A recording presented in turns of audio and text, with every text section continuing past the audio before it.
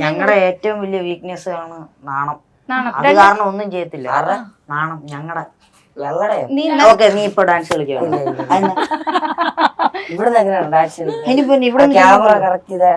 അല്ല അത് വെച്ച്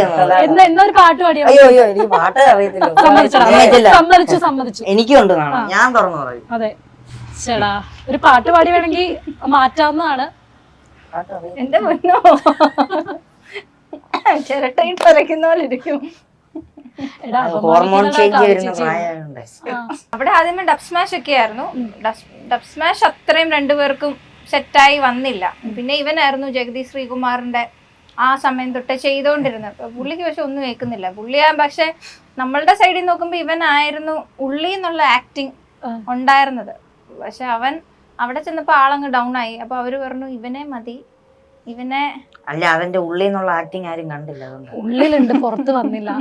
പുറത്ത് ഉള്ളിൽ നിന്നുള്ള ആരും കണ്ടില്ല. നിന്നെ ഒഴിവാക്കിയോടാ ആദ്യം.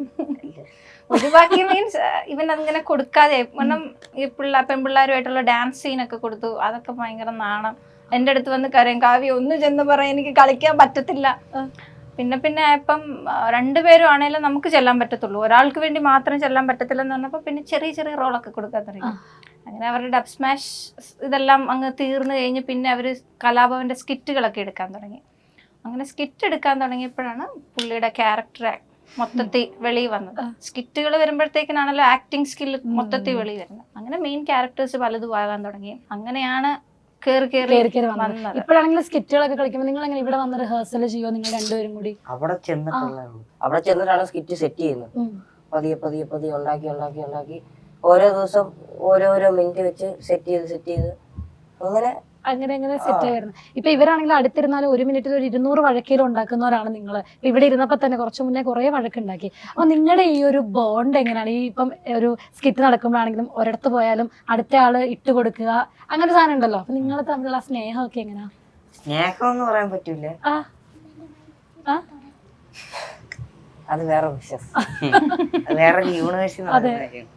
ഞങ്ങളുടെ ബോണ്ടെന്ന് പറയാൻ അത് ഇരട്ടകളായോണ്ടുള്ളൊരു സ്കിറ്റ് കളിക്കുമ്പോ അത് കയ്യിന്ന് പോവാണെ പിടി കിട്ടും. അവന്റെ മുഖം കാണുമ്പോ അറിയാം പിരികോ ഒന്നും പൊങ്ങത്തില്ല, കണ്ണിങ്ങനെ ഉരുണ്ടു വരും. അപ്പൊ പിടികിട്ടും അവന്റെ കയ്യിന്ന് പോകാറായി. നമുക്ക് മനസ്സിലാവില്ല കാര്യം. സ്കിറ്റ് കളിക്കുമ്പോഴും അല്ലാത്തപ്പോഴും ഒരു എക്സ്പ്രഷൻ ഇല്ല, അതുകൊണ്ട് മനസ്സിലാവത്തില്ല നമുക്ക്. കണ്ണൊന്ന് ചുമക്കും, അപ്പൊ മനസ്സിലാവും ടെൻഷൻ കയറിയെന്ന്. ആൾക്ക് ടെൻഷൻ കയറുമ്പോ കണ്ണ് ചുമക്കും പെട്ടെന്ന്. ചുമ്മാ തലയിറങ്ങി വീഴാറായെന്നുള്ള. അപ്പൊ നമുക്കൊരു ഗെയിമിലേക്ക് പോയാലോ? അത് നമുക്ക് ഡെമോൺസ്ട്രേറ്റ്സ് കളിക്കാം. നമ്മളിപ്പോ ഒരു കസിൻ മൂഡിൽ ഇരിക്കുവാണ്. അപ്പൊ നമുക്കൊരു ഗെയിം കളിക്കാം. ഞങ്ങള് രണ്ടും, ഞാനും എവിനും. തോക്കണമെന്ന് ഭയങ്കര ആഗ്രഹമല്ലേ? എടാ അവിടെ നിന്നെ പറഞ്ഞിട്ട് നീ അങ്ങോട്ട് പോകുന്നു. ഇല്ല, ഞങ്ങള് തന്നെ ജയിച്ചിരിക്കും. ഓക്കെ, വെല്ലുവിളി നമ്മള് ഏറ്റെടുത്തിരിക്കുന്നു. അപ്പൊ നമുക്ക് തുടങ്ങിയാലോ? കണ്ണൊക്കെ ചുമക്കാൻ ഇല്ല, ഞങ്ങൾ ജയിച്ച് കാണിക്കുന്നതാണ്. വെല്ലുവിളിച്ചിരിക്കുകയാണ്. അപ്പൊ നമുക്ക് തുടങ്ങാം. ഇളയവർ തുടങ്ങിയാ പോരെ? അപ്പൊ ഒരാൾ അതെ, നീങ്ങി വാ. ചേച്ചി പറയണം. അയ്യോ അറിയത്തില്ലേ, എടാ കുറച്ച് പാടുള്ളത് കൊടുക്കാതെ. എനിക്ക് സത്യം പറഞ്ഞു കഴിഞ്ഞാൽ എനിക്ക് ഇപ്പത്തെ സിനിമയുടെ അറിയത്തില്ല കേട്ടോ. കൊടുക്കാടോ എന്റെ പൊന്നടാ. ഓക്കെ, വട്ടം മൊത്തം കാണിക്കുക, അപ്പൊ അറിയാവോ? നോക്കാം. അങ്ങനെ ഭയങ്കര ഇഷ്ടം നിങ്ങൾക്ക് രണ്ടുപേർക്കും. പെണ്ണുങ്ങളുടെ കാര്യം കൂടെ ഒന്ന് പറഞ്ഞു. എന്നെ കൂടെ ഉണ്ടായിരുന്നു. എനിക്ക് കൗണ്ട് ഡൗൺ ഇടാൻ പോവാ. 1 പെട്ടെന്ന് 2 3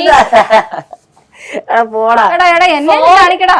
ഒന്നും കൂടെ കാണിക്കേ. ഞാൻ സിനിമ പേര് പറയാം. പേര് പറയോ? ഓക്കെ.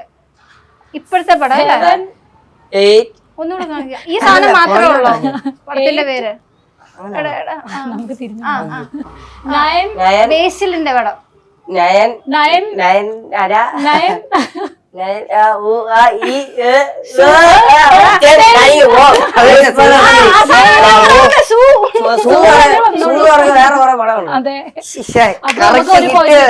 ഇനി നിങ്ങള് ഞാൻ പറഞ്ഞില്ല എന്നോട് ഇപ്പോഴത്തെ പടത്തെ പറ്റി ഒന്നും പറയരുതെന്ന്. അല്ല കിട്ടിയതല്ലായിരുന്നു അത്. ഞാൻ മറ്റേ ഇത് ഉദ്ദേശിച്ച ഫഹദ് ഫാസിലിനെ കഷണ്ടിന്ന് ഉദ്ദേശിച്ച നീ എന്തിനാ സൂക്ഷ്മദർശിനിയിലും ഫഹദ് ഫാസിലിനെ കാണിച്ചത്? അല്ല നക്രിയാന്ന് ഞാൻ എങ്ങനെ പറയുന്നത്, ഒറ്റയടിക്ക് ഞാൻ എങ്ങനെ പറയുന്നത്? എനിക്കത് മനസ്സിലായി, യാതാ കിടന്ന് ചിരിച്ചത്. ഫാൻസ് തന്നെ അരിയും. ഞാൻ പിന്നെ എങ്ങനെ പറയാനാ? ഫഹദ് ഫാസിലിന്റെ മുടിയില്ലാന്ന്